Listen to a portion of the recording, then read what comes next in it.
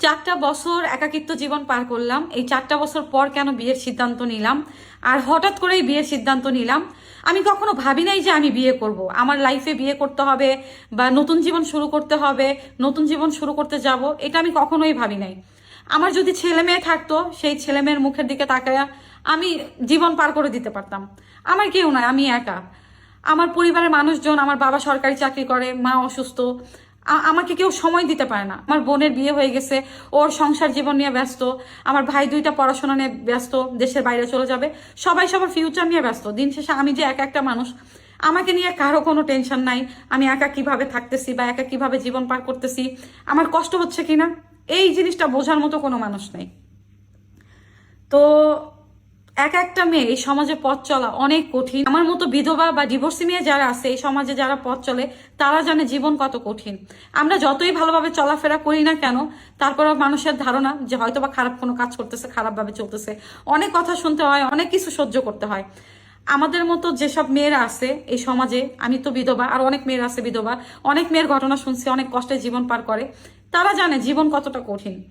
তো আমাকে দেখার মতো কোনো মানুষ নাই। আমার দিন শেষে একটা বটগাছের ছায়া দরকার। তো এই জন্যই বিয়ের সিদ্ধান্তটা নিলাম, যে কেউ আমার দুঃখের ভাগ নিয়ে সে থাকুক, শেষ বয়স পর্যন্ত দেখে রাখবে, আমার দায়িত্ব নিবে। কতটা নির্লজ্জ বেহাইয়া মেয়া মানুষ হইলে সোশ্যাল মিডিয়াতে আইসা নিজের বিয়ের কথা অ্যানাউন্সমেন্ট করতে পারে ভাই? ভাইবে দেখেন, 4 বছর ধরে তার স্বামীটা মারা গেছে, সে বিধবা। ভালো কথা, বিধবা ঠিক আছে, তো সেটা সোশ্যাল মিডিয়া এসে বলা লাগবে কেন? এইগুলা হলো সম্পূর্ণ ভণ্ডামি, ভিউ ব্যবসা করার জন্য। কারণ কি ভিডিও বানাবে? ওদের যোগ্যতা আছে কি? কোনো ভিডিও বানানোর যোগ্যতা নাই। এক স্বামী মারা গেছে, যেভাবেই হোক মারা গেছে, রহস্যময় মৃত্যু। সে মৃত্যুতে এর হাতও থাকতে পারে, কারণ আজকালকার মেয়ে মানুষদের বিশ্বাস নাই। তারপরেও সেটা যেভাবে হোক, যাই হোক হয়ে গেছে, সেটা নিয়ে আমি কথা বলব না। আমি কথা বলব হলো যে ওর যোগ্যতা আছে কি সোশ্যাল মিডিয়ায় ভিডিও বানানোর মতো? ও কি ভিডিও বানাবে? ওর ভিউ ধীরে, ধীরে কমে যাইতেছে। এখন টপিকে আসতে হবে, ভিউ বাড়াইতে হবে। এখন ওর বিয়ের গল্প নিয়ে আইছে। কোথায় তার নাম এখানে ধরছে, সেই বিয়ের গল্প এখন নিয়ে আইছে। এই তুই বিয়ে করবি না নিকা করবি? যা খুশি তাই কর। তোর এই যে ইয়া সোশ্যাল মিডিয়াতে ছাড়া লাগবে কেন এসব ভিডিও? কেউ কি বলছে? তোর পার্সোনাল ব্যাপার নিয়ে তোর বাড়ির পার কেউ গেছে? তুই এগুলো খামাখা যুবক ছেলেদেরকে নষ্ট করার একটা পায়তারা। তোর যে মুখের চেহারা, চেহারাটা একটু আয়নায় দেখ।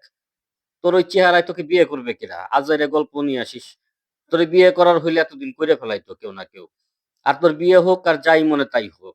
সেটা তোর ওই সোশ্যাল মিডিয়াতে আইসা বলার দরকার কি? মানে মৌমাছির চাকে ঢিল মারো আরকি। যুবক পোলাপানদেরকে রেট উঠাও তোমার। যে তোমার রেট অনেক, তোমার বিয়ে হয়ে যাইতেছে। চান্স কিন্তু আর পাইবা না। তাড়াতাড়ি চলে আসো।